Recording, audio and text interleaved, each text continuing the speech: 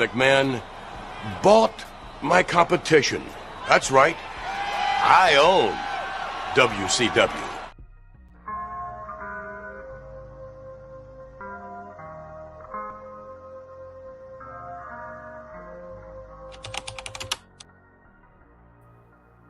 Hey, this is the Toxic Reign Scandal featuring TBK, the Turnbuckle King. Got another good one for you guys today. Gonna talk about one of the most important days and also turning point days in wrestling history. We're gonna talk about when the Monday Night Wars really began. And what I am talking about is the darkest Saturday ever, titled Black Saturday. Yes, Black Saturday. So get your seat at the locker room. We're going to talk about it. Get your seat at the locker room. This is definitely one of the most dirtiest lingeries and definitely some news for you. And maybe some news some you never even heard of. This was a day, guys, that was a turning point for wrestling fans if you follow wrestling at this particular time or if you were even alive at this time. And it was Black Saturday, which was in Saturday, July 14th, 1984. So that is a date you do not want to forget. And this is about Vince McMahon when he made a power move that would change the business forever.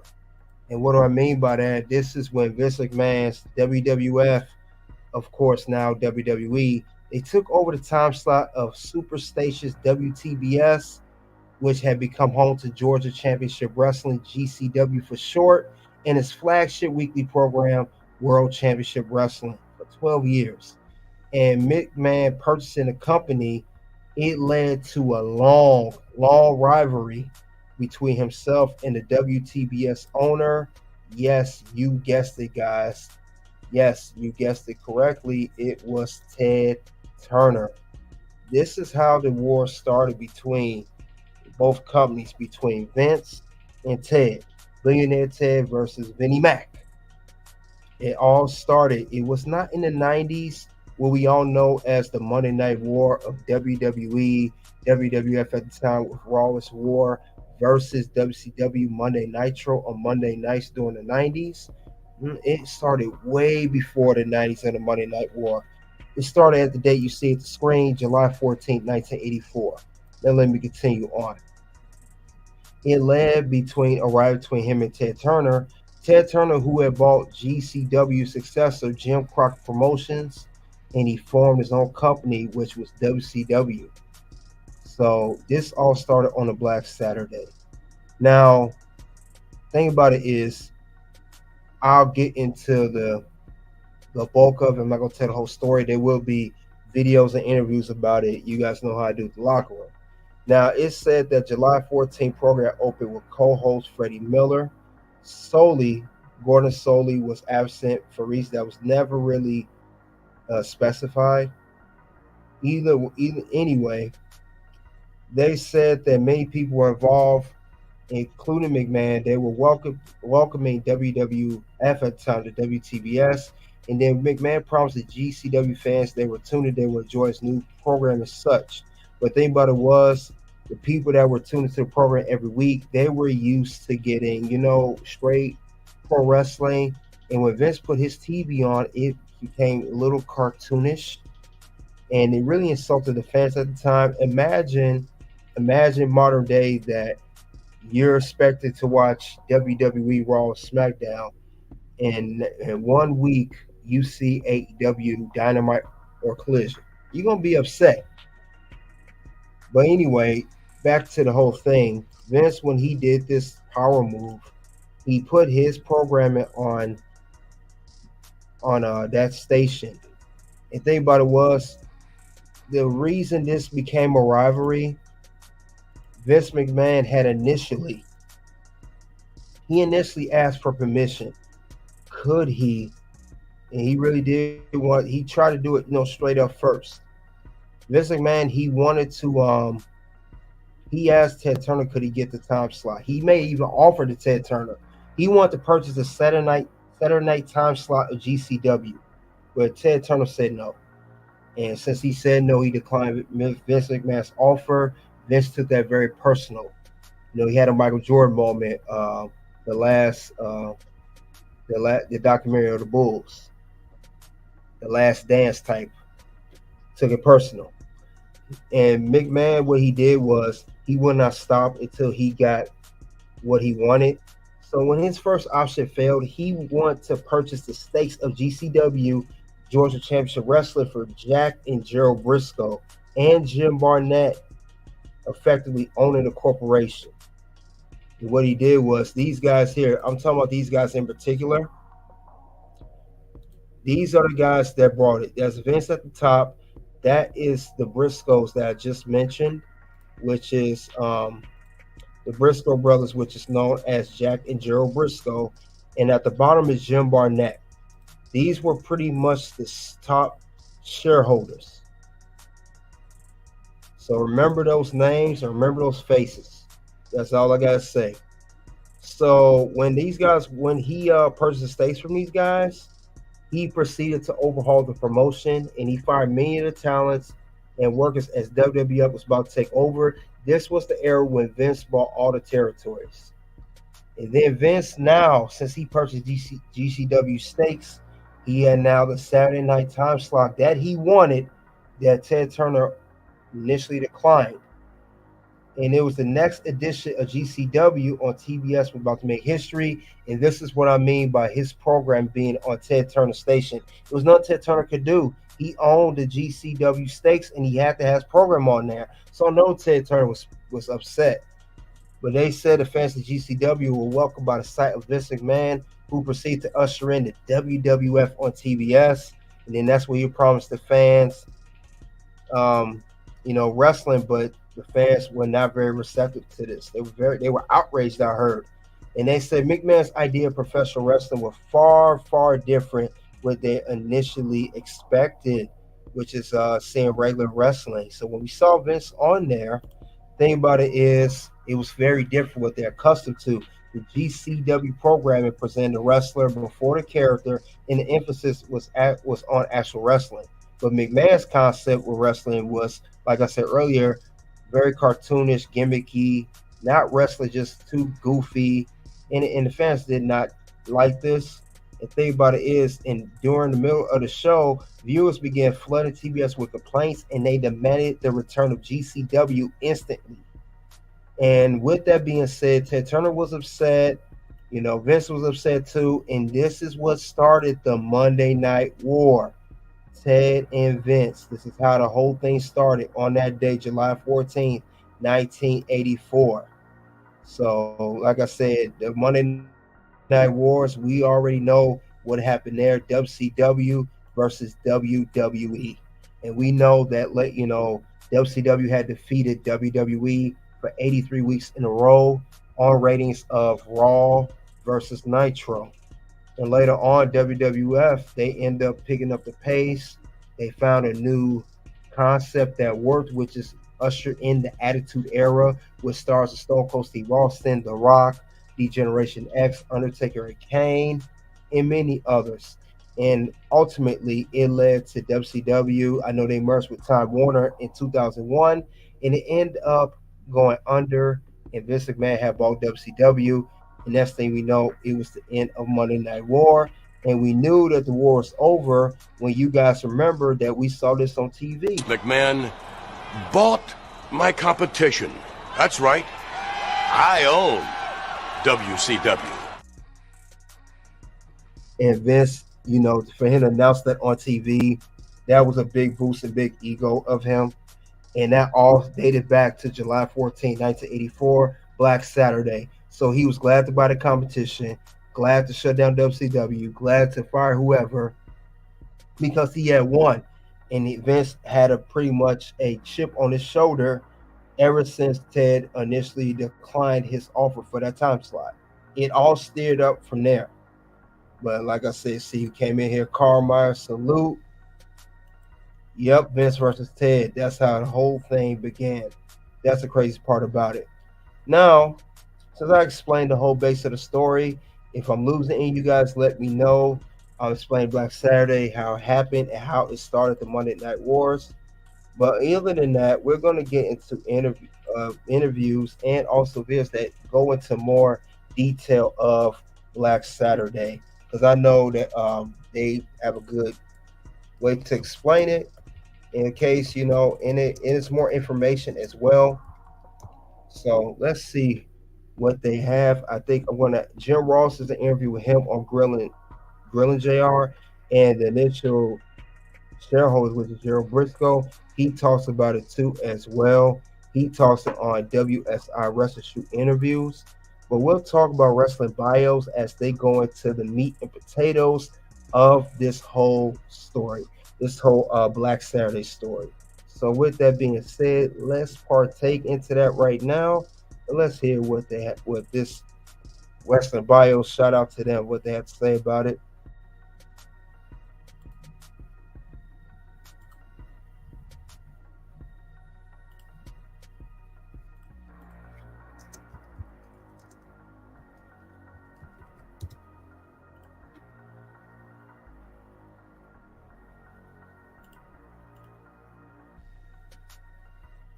Really take in here is the fact that the 6:05 Saturday slot was not only the Georgia Championship Wrestling slot, but it was the big NWA slot that ensured the National Wrestling Alliance was visible to fans who benefited from cable television. Syndication and regional shows are one thing, but being on cable on the Superstation was important to the NWA's growth and exposure. Sure, the organisation would still exist, but it wouldn't have nearly the same amount of nationwide distribution. It would be like SmackDown today only being available in certain parts of the country and limited to a few select markets with no opportunities to grow. It wouldn't be feasible, never mind being lucrative. The WWF being on TBS is a fascinating thing to look back on for sure, and many would highlight Black Saturday as being this cool moment where McMahon, quote, invaded another television show, but the reality is this move had the potential to completely alter the course of pro wrestling, and in actuality, when all was said and done, it did. In the end, though, Ted Turner realised it wasn't going well and he wanted out of the deal, a deal that McMahon said was based on a handshake and nothing more. A few very slick moves from Turner would see McMahon leave the time slot he so desperately wanted, but we'll come back to that in a moment. Fans settle in to watch GCW's World Championship Wrestling show on July 14th, 1984, and out of the blue, here's Vince McMahon, seen by many NWA diehards as the enemy of traditional pro wrestling. Vince says it's a pleasure to be associated with WTBS, and he promises to bring the best professional wrestling in the world to viewers at home. After running down tonight's WWF matches that will get featured on World Championship Wrestling, a bunch of upcoming live events get promoted, all of which are WWF events. Adrian Adonis and Dick Murdoch versus Special Delivery Jones and Nick DiCarlo is then shown, a WWF taped match. So just imagine fans who sat down to watch the typical studio wrestling that GCW's World Championship Wrestling previously offered, but they instead got these taped matches from multiple venues. WWF-style promos also aired during the show. There was an advertisement for the WWF magazine, and the show featured even more taped WWF matches, ending with Big John Studd versus Bobo Brazil. Freddie Miller, the only on-air original from the old World Championship Wrestling show, closed the broadcast with Vince McMahon saying that we saw some great action today, and he puts over the wrestlers and promos we just saw. He says he looks forward to seeing more superstars of the World Wrestling Federation. The show ends, and then the complaints came in.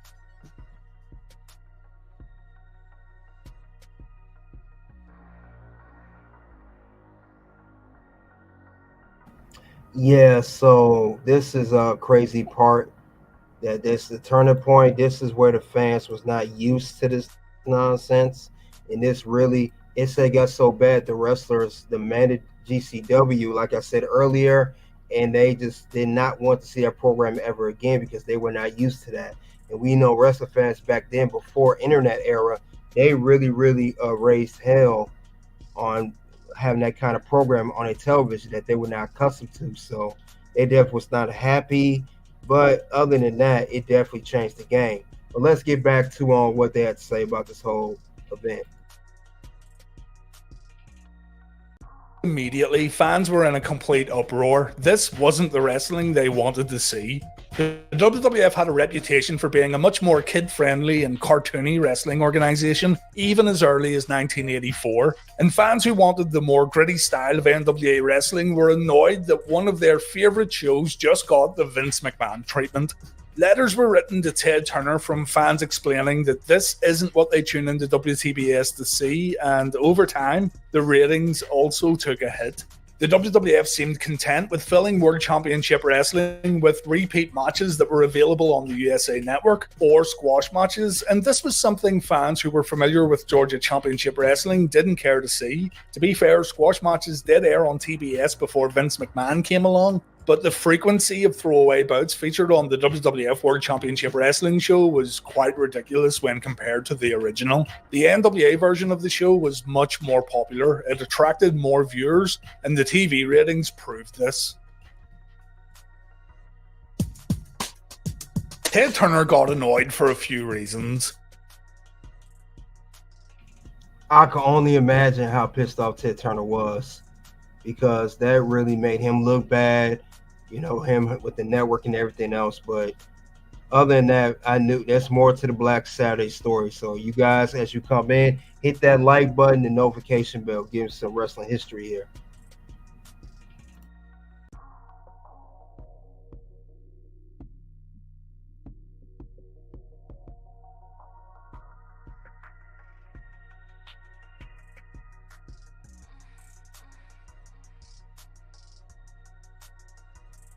Reasons. First, the fan letters were piling up asking for a return to the glory days of the show. Thousands of letters apparently reached Turner asking for Vince McMahon to get removed, and also fans wanted the return of Gordon Soley. Secondly, the ratings had dropped significantly. I don't think I need to explain that.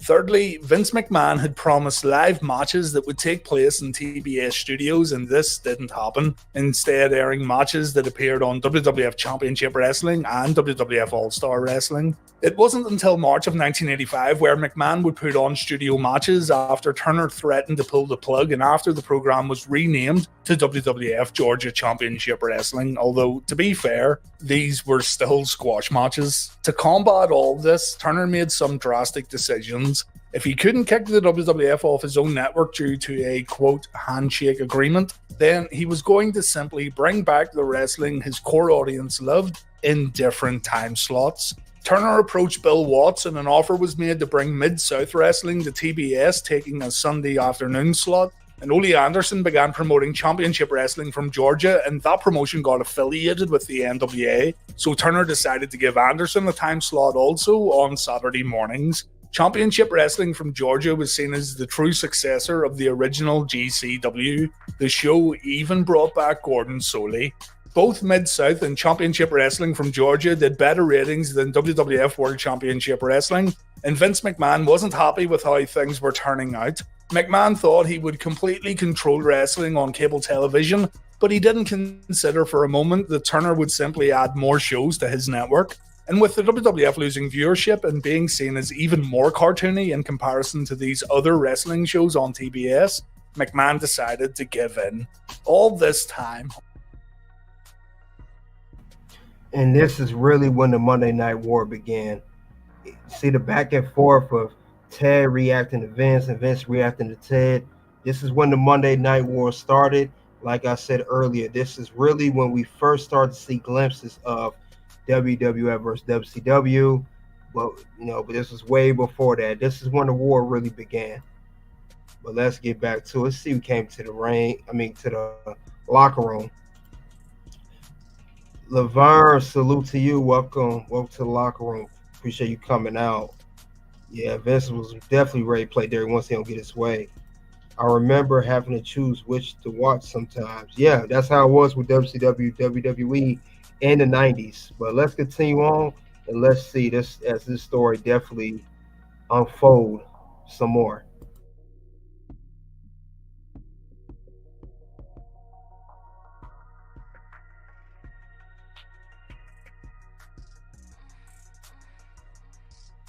Anderson began promoting Championship Wrestling from Georgia, and that promotion got affiliated with the NWA, so Turner decided to give Anderson a time slot also on Saturday mornings. Championship Wrestling from Georgia was seen as the true successor of the original GCW. The show even brought back Gordon Soley. Both Mid-South and Championship Wrestling from Georgia did better ratings than WWF World Championship Wrestling, and Vince McMahon wasn't happy with how things were turning out. McMahon thought he would completely control wrestling on cable television, but he didn't consider for a moment that Turner would simply add more shows to his network. And with the WWF losing viewership and being seen as even more cartoony in comparison to these other wrestling shows on TBS, McMahon decided to give in. All this time, all this fighting, all the deals that had to be made. You could say that Vince McMahon was played at his own game here, but the problem was Vince was trying to outsmart a network owner, and even right up to the present day, the network is something that Vince McMahon answers to. It's not the other way around. You can't overlook how sweet this must have been for Ole Anderson too, by the way. Not only was he giving the middle finger to Vince McMahon after being left out in the cold, but he was also back to promoting a wrestling show on cable television that more fans wanted to see. So Vince McMahon was now losing viewers, and this meant he was also losing money. Jim Crockett Jr., owner of Charlotte, North Carolina-based Jim Crockett Promotions and NWA president, would end up making a deal with Vince McMahon, a deal that would have huge implications when we consider the evolution of pro wrestling on TV. For $1 million, Vince McMahon would sell the time slot to Crockett. Jim Crockett Promotions, who had similar aspirations to the WWF in terms of going national, had also just purchased Championship Wrestling from Georgia, so this purchase would lead to JCP becoming the dominating wrestling organization on Turner Networks, while also putting the National Wrestling Alliance back at the forefront on TBS. Fans rejoiced as Vince McMahon's wrestlers were taken off the channel and replaced with proper studio wrestling once again. Vince McMahon counted his losses and he moved away from Turner Networks, although his plans for expansion were far from over. McMahon had a big ace up his sleeve, and this sale would help in funding an event that would become the Super Bowl of wrestling, an event that mixed the world of celebrity, music, pop culture, and, of course, pro wrestling. And that event was named WrestleMania. WWF World Championship Wrestling's final show featured a ton of hype for WrestleMania 1, and the final Saturday night WWF show on TBS aired on March 30th, the night before WrestleMania in Madison Square Garden. Crockett took over the following week. So it could be said in a roundabout way that JCP paid for WrestleMania. Oh my God, here we go.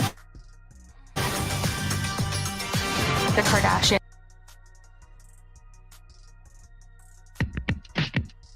If we jump ahead a bit, when JCP was struggling financially in the late 80s, Ted Turner didn't want to lose pro wrestling on his network, and the steady ratings Jim Crockett Promotions brought in with their version of the World Championship Wrestling show. And so Ted Turner himself would purchase Jim Crockett Promotions, and Turner's new wrestling organization would get renamed to World Championship Wrestling, the same name as the TBS show that had been operated under so many other promoters such as Ole Anderson, Vince McMahon, and Jim Crockett Jr. As for Vince, well, he didn't do too badly in the end. The sale of the time slot helped to further fund WrestleMania, and also McMahon ended up with another time slot on the USA Network. This one was made available for the WWF Primetime Wrestling show. Vince would just have to live with another wrestling company being available to homes with cable television, and having these two companies on separate networks would end up leading to very big things. It was actually a good thing for wrestling viewers at home. The story continued on with the WCW promotion becoming Vince McMahon's biggest ever rival, and in around 7 or 8 years' time after Turner purchased the company, WCW would become a real headache for the WWF when WCW Nitro went head-to-head with WWF Raw on Monday nights. The rather legendary Saturday night time slot would host WCW Saturday Night from 1992 onwards, and by the time Nitro came around, the Saturday Night Show would get relegated to B-show status. Still, had Vince McMahon not made that Saturday night time slot purchase on TBS, and had the events afterwards not taken place, who knows where we would be today in terms of pro wrestling on television. Although it all ended up as a failure on the WWF's part, Black Saturday in many ways was the origins of the Turner versus McMahon rivalry and the catalyst for the Monday Night War. If McMahon had stayed on TBS and if the WWF produced a show that people wanted to see on Saturday nights, well, you best bet that wrestling in the 90s would have been way different, and the domino effect would bring us to modern wrestling also looking very different. It's all very intriguing, and it leaves us with a lot of what-if scenarios. But what it also shows us is that really anything is possible in the world of wrestling when money is involved. Anyway, thank you very much for watching. I hope you enjoyed this one, and take care. All right, that is the end of the wrestling bios. They talked about Black Saturday. Like I said, it made big references. Like I said, this what kicked off the Monday Night Wars. We know of WWF at the time versus WCW. But yeah, Vince, he definitely had pulled a fast one when he got that time slot, but it ended up working out for him. He ended up later selling it to Jim Croc Promotions, which was later bought out by WCW. But since it did kick off the whole WCW versus WWE, thing about it is it was two important things, key components that made WWF a difference. We'll start with WCW first. What were the key factors? NWO was a key factor for WCW because that what helped WCW defeat WWE in the Monday Night Wars for 83 weeks in a row. You know, that's what helped it defeat that, because NWO was a very popular stable, and it still is to this day. Even all these years later, they're still selling merchandise and everything. That's the crazy part about it. And since it is doing that, it's definitely was something WWE was struggling with ratings wise. Since it was struggling ratings wise, WWE didn't know what to do at that point. They were struggling, and they even had many superstars were going to jump ship to WCW, and some even joined NWO with the likes of Hulk Hogan, Kevin Nash, and Scott Hall. So that's the thing about that one. But it definitely was, it kept WWE on their feet, you know. But that's the thing, it kept them going. But the thing about it is, WCW still get that respect to this day. It always has for many years. There are people, you guys that are listening now, that was really into the NWO. Some of you wasn't. Maybe you was a DX fan. I know I liked NWO, but I like DX as well. But it was a big turning point for the Monday Night Wars between both companies. It was a big, very big turning point. WCW is what kept, like I said, WWE on their feet. And there was nothing they had to counteract to WCW what they were doing. Something had to be done. And WWE, they couldn't sit around and not do anything for long. Because had they not done anything, who knows what WWE would be today. Now, don't get me wrong. One thing they did have that was a game changer was WrestleMania. That's what kept WWE. But the thing about it is that WrestleMania was a risk, because he started that, like Wrestling Bio said, 1985 after the whole Black Saturday, but he put all his chips and he bet on himself, and it worked. WrestleMania became, like I said, global phenomenon. It became pop culture, and it's still been to this day, having the 40th anniversary earlier this year, back in April.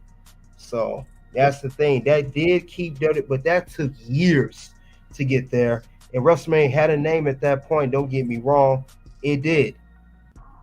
But the thing about it is, it was another key component of WWE that kept them on it, that kept them going. And we all know where I'm about to go with that.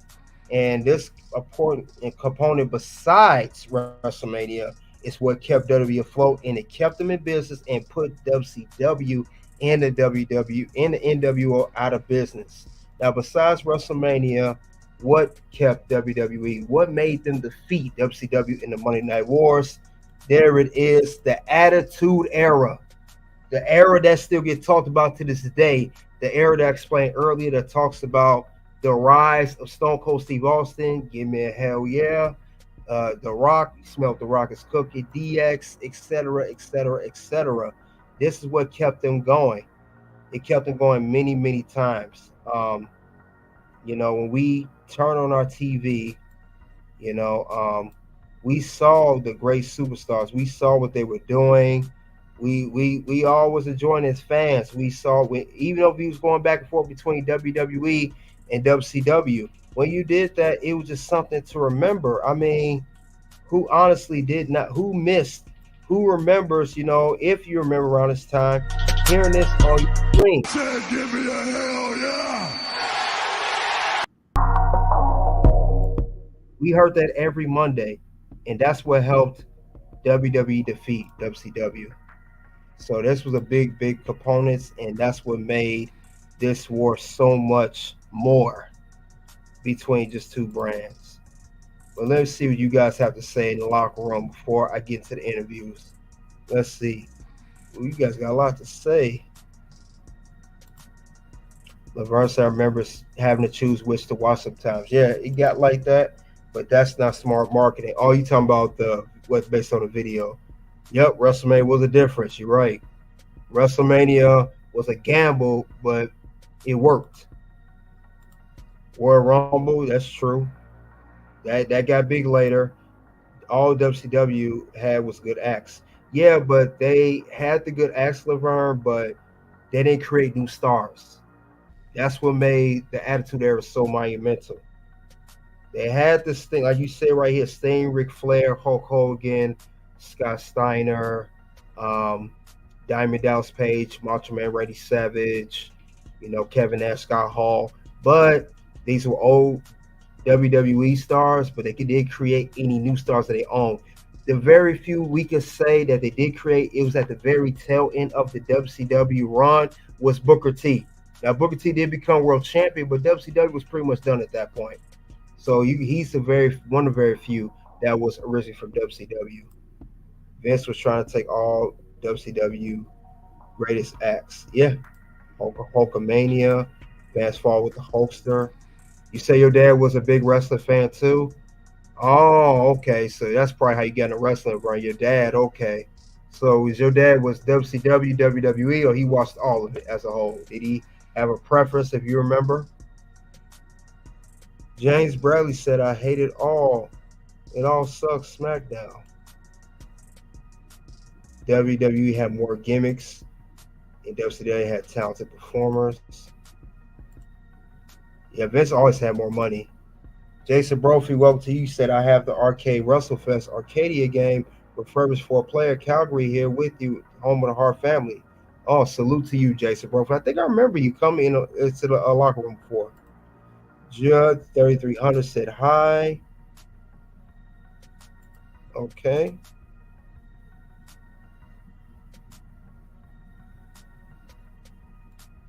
It's game on TV. WWF. Welcome to the locker room, by the way. WWF was trying to bury Booker with Dwayne, and Trips was uncalled for. Yes, that's true. You are referring to when when Booker T first arrived at WWE. Talking about the whole segment with The Rock and the little rivalry they had over the WCW champion, because Booker T was the last WCW champion from WCW to WWE, which Rock did defeat him for. Who in the blue hell are you? And then later on in 2003, the whole WrestleMania 19 match with Triple H. I remember. Jason Brophy's, Wesley's. Laverne said WWF. Yeah, always more WWE. WCW was cool, but all those guys ended up going to WWE. Guys like Triple H, Stone Cold Steve Austin, The Undertaker, Cactus Jack, Mick Foley, Chris Jericho, Eddie Guerrero, Chris Benoit, etc., etc., etc. But yeah, this was a very, very important day, Black Saturday. It all started here. This is what got the rivalry going. This is how we got Raw versus Nitro, WWE versus WCW. Now, there's going to be some interviews I'm going to pull up. And first off, one of them, if you guys remember what I said earlier, if you guys were here, it's going to be Gerald Brisco. And I explained this earlier. Gerald Brisco is one of the guys right here in the middle right here. He was a part of the shareholders of GCW, Georgia Championship Wrestling. They sold the stakes to Vince so he could own that time slot. Remember, like I said earlier, remember him. Jim Barnett, he's the bottom. He's not here with us today. And I think his brother, Jack Brisco, passed away. And so besides Vince, he's the only living person within there that could speak on this whole situation. So this will be the interview by the guy on the bottom left under Vince, Jerry Brisco. Or Gerald Brisco. I'm sorry, Gerald Brisco. I think his brother is, who did I say his brother is? It's so many names. It was Jerry Brisco, not Jack Brisco. Brother was Jerry. Gerald is the one on the left. So we're going to get the interview with the left, Gerald Brisco. Bob Backlund, Rapture, Rick Rude, King Kong Bundy. I remember all those guys. And if you guys remember, if you look at the guy right here, Gerald Brisco, if you remember doing Attitude Era, as I stated here, during this time at the Attitude Era, Gerald Brisco is the guy on the left. As he got older, why do you think he rode with Vince so long? Because he was dedicated to Vince and Vince took care of him. That's why Gerald Brisco stuck around. If he's at the far right, at the bottom picture, top picture, he's the one on the left next to Vince. That is Gerald Brisco. The other is Pat Patterson, as we know, was the first ever Intercontinental Champion. He's on the right, but he was not the initial stock holder to sell the shares to Vince for Georgia Championship Wrestling. So Vince could own a time slot for Black Saturday. It was Gerald Brisco. He was one of the shareholders. So, like I said, he's been involved with WWE for years and years and years. Vince took care of him. He's one of his boys. Remember, he was in that Stooge era. If you guys remember this era, Attitude Era, he was one of Vince's stooges alongside Pat Patterson. But he's been around that long. He's never been around that long. Hacksaw, Jim Duggan, Warrior. Yeah, you name it. All the legends, Laverne. Oh, that's right. All the legends. Now, we're going to get to the interview now with Gerald Brisco. And Gerald Brisco did an interview with WSI Wrestle Shoot Interviews. So he's going to talk about the whole story of the whole Black Saturday and how it unfolded. So let's get into that right now. All right, let's pull that up and that light bus. You guys come into the locker room. All right, play the interview now. Question you've probably been asked more than anything else, but can you explain to me why you decided to buy into the Georgia territory, but then you didn't really work the Georgia territory that much? You were more based in Mid-Atlantic. I bought it my share of the Georgia Championship for investment opportunity.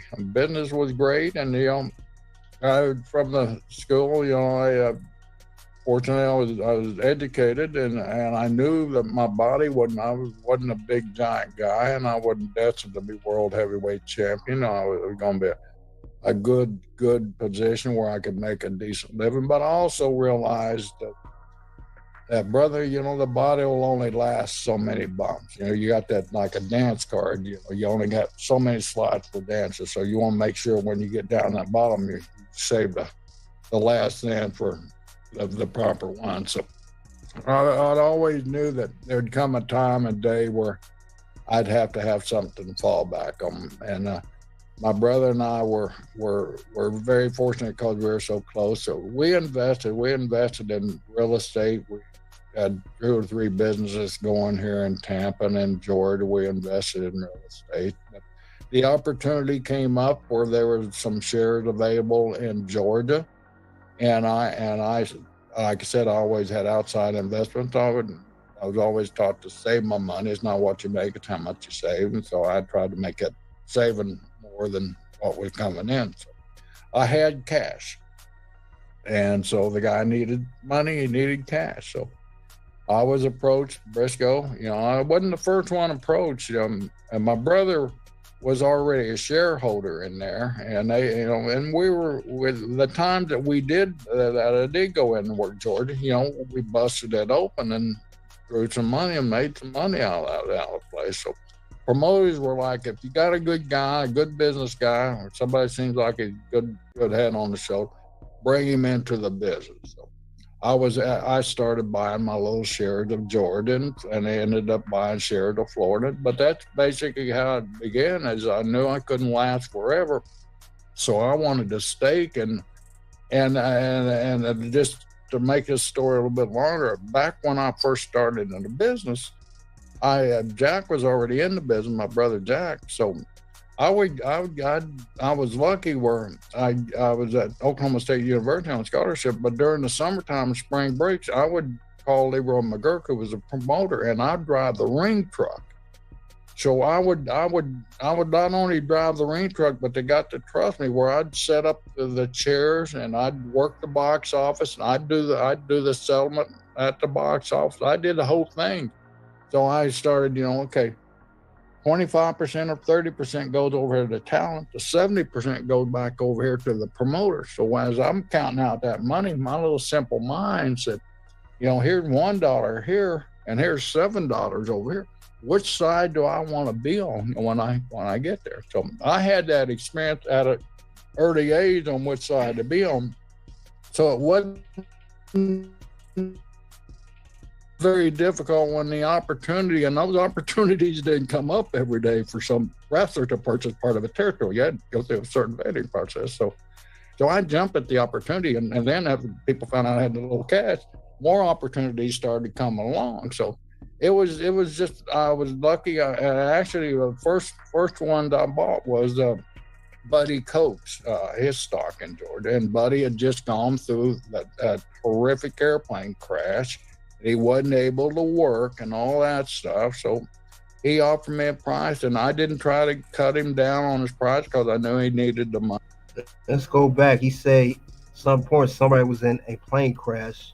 Let's see who name he said. Able to work and all that stuff. So he offered me a price, and I didn't try to cut him down on his price because I knew he needed the money, and I went with his original costs, and which that original cost me more than all the other stock combined, I think, because I didn't want to screw Buddy because he was needing medical assistance, and that was the only way to get it. So I bought Buddy's stock from Georgia. That's how I ended up as being a stockholder there. What month, what year was this when you? Is a Buddy Coates, his stock in Georgia, and Buddy had just. So he said he bought his stock from Buddy Coates. That's initially how he got his stock in Georgia Championship Wrestling.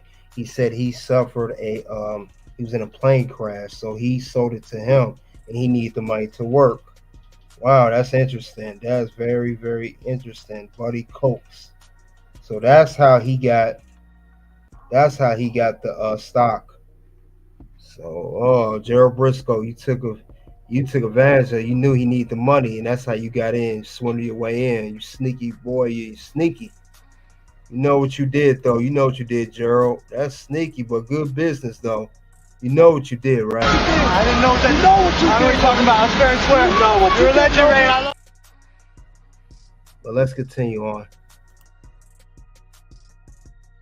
Gone through that horrific airplane crash.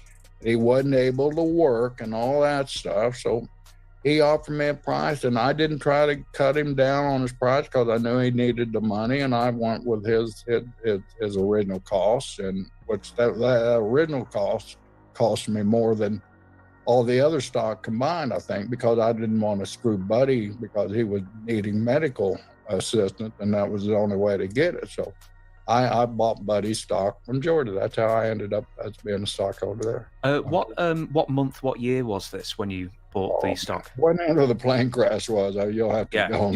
Okay. So other people, so we've got Paul Jones and Jim Barnett, and you and Jack all sell your shares to Vince McMahon, Black Saturday. It's a very complicated story. Green Saturday. Oh, well, Green Saturday for you, of course. Well, actually, that brings me to the question, is did you decide to sell because you were disgruntled working with Ole, or did you decide to sell because you were going to make a good profit on your investment? It wasn't that's a great question. We decided to sell because my brother and I, like I said, we were fortunate where we attended college, but you got any business at all, expansion is a key to growth and making money. but the fraternity of the NWA at that time did not allow you to expand too much. And now we got a brand new vehicle enters the race in professional wrestling, and that vehicle is called cable television. You cannot control where cable television goes. So all those agreements that the NWA owners had where Florida wouldn't go into this territory, or Georgia wouldn't go into the Mid-Atlantic, or Mid-Atlantic wouldn't go into there, all those with your TVs, because people didn't want your TV, you know. You might be wondering, can SNHU prepare me for my career? You know, like anywhere else, a group TV, you know, like anywhere else, a group starts. NWA owners had where Florida wouldn't go into this territory, or Georgia wouldn't go into the Mid-Atlantic, or Mid-Atlantic wouldn't go into there. All those with your TVs, because people didn't want your TV. You know, like anywhere else, a group starts, a new group starts. Everybody wants to see what they're bringing to the table. An old group, well, okay, here comes it. What are they carrying? You know, so everybody wants to see them in the beginning, you know, until things settle down. So promoters across the country were scared to death of this cable TV. Well, Jack and I realized that, hey, you know, we made one expansion, Georgia did. We went into Ohio, Michigan, and West Virginia. That place was burnt to the ground by the old original sheik that promoted it. And I was a promoter who went in there and tried to square things off. And that was the roughest job I think I had, was trying to get, I'd walk into a TV station. We'd like our TV promotion done there. Well, you work with that Iron Sheik, he owes us $50,000. You go over to the radio station, same thing. Would you run a promotion? Well, you know, the last wrestling promoter. So we had to start paying everything up front, all to promote the city. So what happened is finally it got to the deal where we were knocking out. We went into the Sheik because it was a burnout territory. Nobody was promoting it. So our TV. At TBS, at the time, they give you these rating sheets, and the damn book was like this. You go through, you know, 5 million subscribers in X town, whatever it was. Man, we should run well, we go to Barnett. Well, we can't run there because Gretsch is running there, or Vern's running there, or one of the other NWA. So the expansion, even though we had this wonderful vehicle that nobody knew anything about, we couldn't use it. Well, Vince sitting up there in that damn New York, he knew what was going on. And our partners, we tried to convince our partners expansion's the only way we're gonna beat this guy. We can't do it because of our relationship with the NWA. We did our due diligence with everybody. And the thing that kind of gets lost in the shuffle is Vince wasn't the first guy we went to about selling our territory. Really? Jim Crockett was the first guy we went to. Then Jim Crockett's partner, the Murnichs, that ran Virginia for him. Eddie. Did you guys know that they tried to go to Jim Crockett, sell his shares? He said no. Man, Vince really took advantage of opportunity. Jim Crockett, you guys fumbled it. He could have owned the territories. I did not know that. Wow.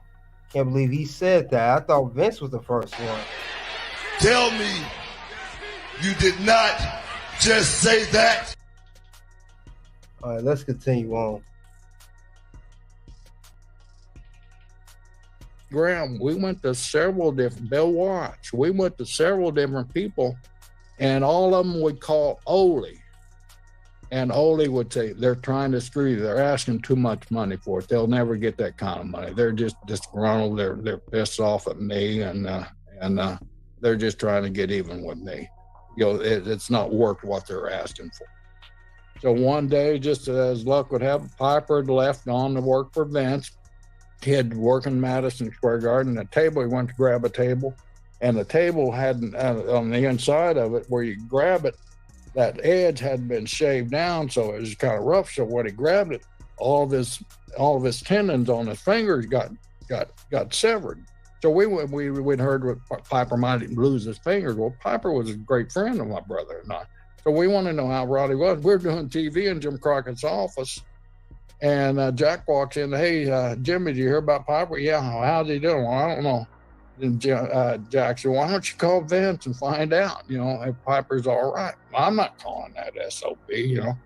And Crockett said, well, if you want to call him, Jack, you call him. So Jack picks up the phone, calls Vince, and boom, Vince picks up the phone right away.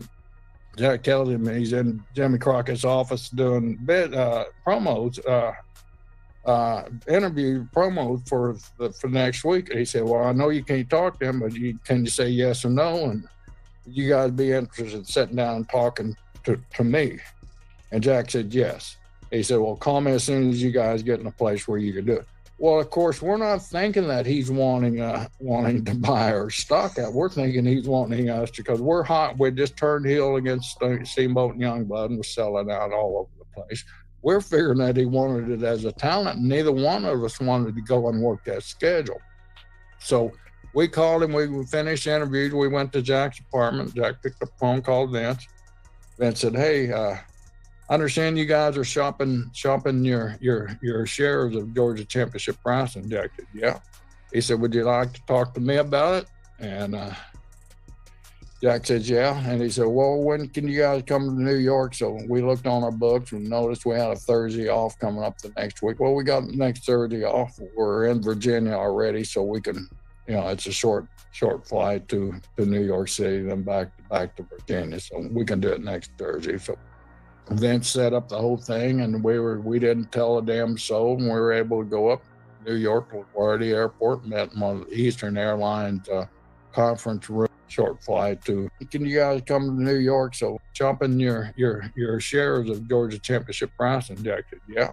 He said, would you like to talk to me about it? And Jack said, yeah. And he said, well, when can you guys come to New York? So we looked on our books and noticed we had a Thursday off coming up the next week. Well, we got the next Thursday off. We're in Virginia already, so we can, it's a short flight to New York City, then back to Virginia. So we can do it next Thursday. So Vince set up the whole thing, and we didn't tell a damn soul, and we were able to go up to New York to LaGuardia Airport, met in one of the Eastern Airlines conference rooms, and kind of hammered out an agreement to move forward and to keep it between ourselves. And how we kept it a secret for 5 months, I'll never know, but it was probably the best kept secret ever in the business at this point.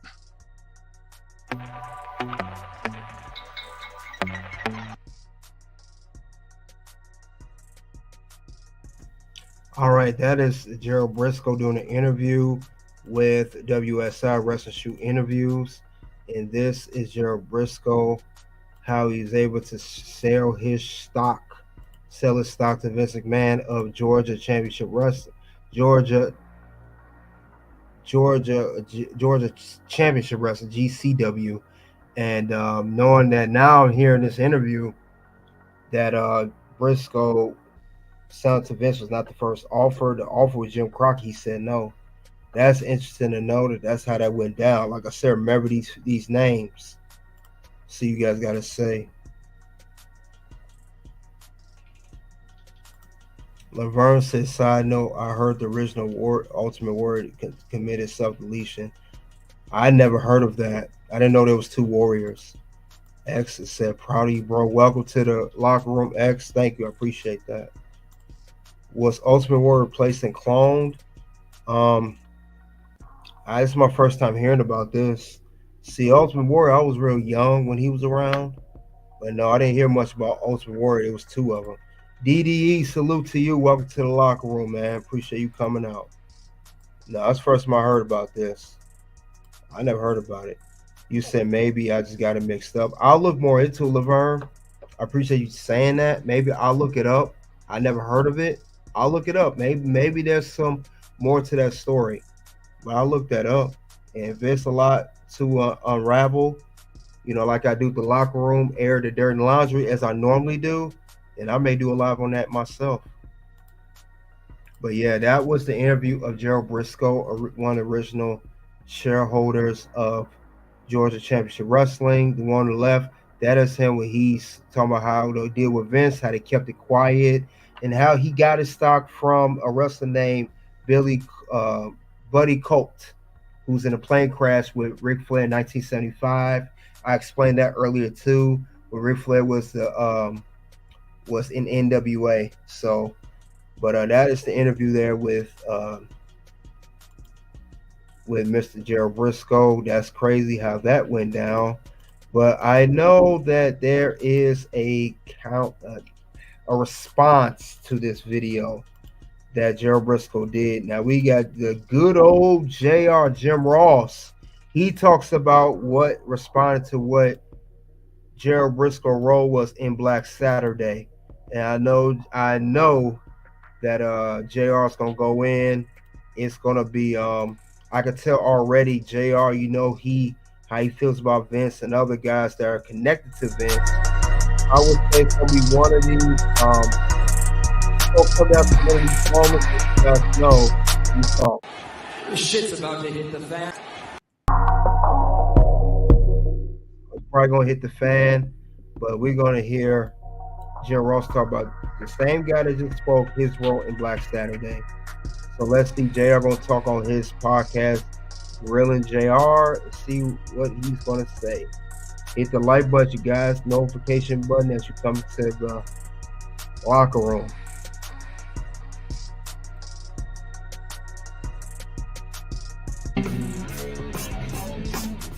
Well, the biggest thing that's happening to Jerry Brisco's wrestling career is a move that's made outside the squared circle. The Briscoes turned heel against Steamboat and Youngblood, and they were drawing some amazing crowds. But in the process, the Briscoes become part owners of Georgia Championship Wrestling. They're wondering, was there still money to be made in this end of the business as they're watching Vince McMahon's expansion of the WWF? Georgia and Florida were frankly struggling as territories. Supposedly, Jack goes to Jim Barnett at the time and lets him know that he's going to have to take advantage of their national platform on TBS and start expanding, which Barnett turns down. Barnett's alleged heavy spending wasn't helping matters within the organization, and a move was made to put Ole in charge of Georgia Championship Wrestling. Remember we were talking about how wrestling back then almost seemed mob-esque? Well, here it is again. Yeah. Ole gets the company right again, but of course it's making money and everyone's making money from the agreement. But the Briscoes don't think they're getting their fair share. And the rumors at the time were that the Briscoes were talking with folks about selling their points, possibly to Jim Crockett. The biggest part is that... Hi, we're Visible. Get sick to travel this summer with a... of this entire story is that Georgia has the only wrestling show on TBS. So what we know is going to become the Crockett time slot, if you will, was Georgia Championship Wrestling. This predates Crockett's run on TBS. Eventually, as we know, the Briscoes sit down with Vince McMahon and make a deal to sell him the territory with this TBS time slot for a reported $750,000. Carry me through this. What do you remember about, I think they called it Black Saturday? Right. Well, all of us are wrestling fans. We're aware, Georgia Championship Wrestling was a big deal because, if you're a promoter and you wanted to get a talent over, you'd call Barnett, my boy. If you wanted to get booked, Barnett would have booked you. I love those chinks. My God. He looks like a lumberjack. I'll give him a big plaid shirt. Briscoes, basically, they had their points that they had in the company gave them that was all McMahon needed to have the majority vote, shall we say. And the Briscoes sold their share to Vince, and it caused an uproar. And of course, Jack and Jerry were kind of ostracized to some of the traditional NWA people like Ole. Didn't make any friends in that deal. They made a lot of money, and they showed you they're businessmen. They didn't think they were getting their fair. They don't see they're from what I understand, they were leery of the first count. By that I mean, back in the old days, before computerized ticketing, when their tickets were sold hard tickets, roll tickets, whatever you want to call it. The first person to get a count was the promoter. So what the promoter said was what it was. And Jack and Jerry disbelieved, and a lot of those guys were doing audits. Audits meaning they would have a plant in the house clicking attendance. And so you know pretty close how many people were there, and was that count off from what the promoter was giving you? And I think that was the case here. They thought they were being shorted, and they weren't getting their fair share because of the first count rule. And that was a bold move. That was a bold move. I remember Cowboy telling me all about that deal, because I think at one time he was a stockholder. I think he ended up selling his too, but not to Vince. I think he sold out before all that stuff started. But he was the booker there for a long time. Cowboy was. So that's kind of how it was. You know, when people say it's not about the money, Connie, it's all about the money. And that was all about the money for the Briscoes. And it's a business. They had a chance to increase their own personal value and to get a big infusion of cash. And that's what they did.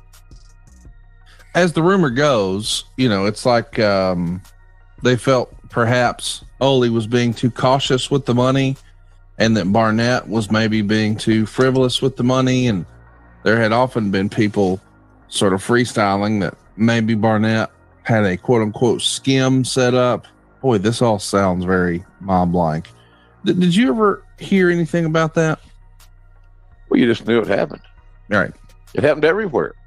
It wasn't Georgia Championship Wrestling and Jim Barnett or Ole Anderson or whomever it may be, you want to bring in the story. They weren't inventing anything new. So veteran wrestlers, the guys that had grown up in the territory era, like the Briscoes, they were well aware of all this scenario. So, and of course, at the same time, I don't know how it affected the relationship with Eddie Graham, but they had Eddie on their side more often than not, and that was a big bonus for them. So, but it was every territory that had roll tickets. You think that? I don't know that. I've talked to wrestlers that worked in virtually every territory since 1974, and they all said the same thing. You know, the skim. Yeah, it's first count. That's as simple as that. You get 10,000 people. No, we only had 8. Well, there you go. So how are you going to prove they didn't have 8? Right. You have no proof, and you got a decent payday, like a true politician. But not as much. I mean, as you would have gotten if they had given a true count. And I think the Briscoes just got full of that, tired of that scenario, and then they had a chance to hit a big payday, their biggest payday ever, with Vince, and they took it. It's something that I've heard Jerry sort of joke about before. Wrestling fans refer to July 14th, 1984, where Vince McMahon walks out on screen on the World Championship Wrestling set, and he shakes hands with Freddie Miller, and they're essentially introducing the World Wrestling Federation, not Georgia Championship Wrestling that fans had grown up with and become accustomed to. Fans would refer to this as Black Saturday. I've heard Jerry refer to this as Green Saturday because this is the most money he had ever made in wrestling at that point. Yeah, it was a business deal. And, you know, people are going to listen to this and say, well, Briscoes were unloyal. No, they were loyal to themselves and their family. You know, they both had children. They both had wives. They both had homes. They both had mortgages. And they were also smart enough, Conrad, to know that this gravy train of taking bumps and traveling and the physicality, the no all season scenario cannot last forever. It's just illogical to perceive that it can. And I think they made a very smart business deal that a lot of folks did not see coming, and it shocked the wrestling world, quite frankly, when it did occur. Hey, it's Conrad Thompson. Thanks for checking out the podcast here on YouTube. Be sure to hit the subscribe button. And that's the end of that interview of Jim Ross talking about Gerald Briscoe's role, the first interview that we played after the Wrestling Bible talking about Black Saturday. And he said that it was a big payday. Gerald even referred to it as Green Saturday. Isn't that crazy? So It's crazy. This all stemmed from Vince McMahon doing the whole Black Saturday on July 14th. As I stated, 1984. This changed the whole thing. It started the wars. You see, you guys got to say in the locker room about that.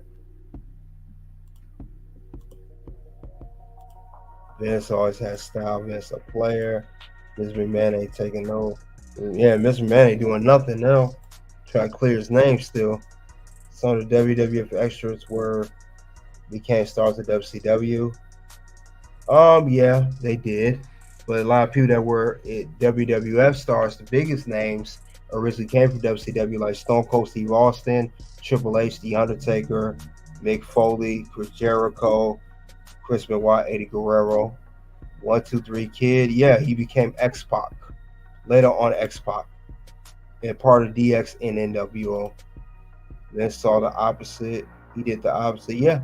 Like I said, this all started from Black Saturday, which is July 14th. And like I said, it created the war between Vince McMahon and, of course, Ted Turner. This is how this whole thing started.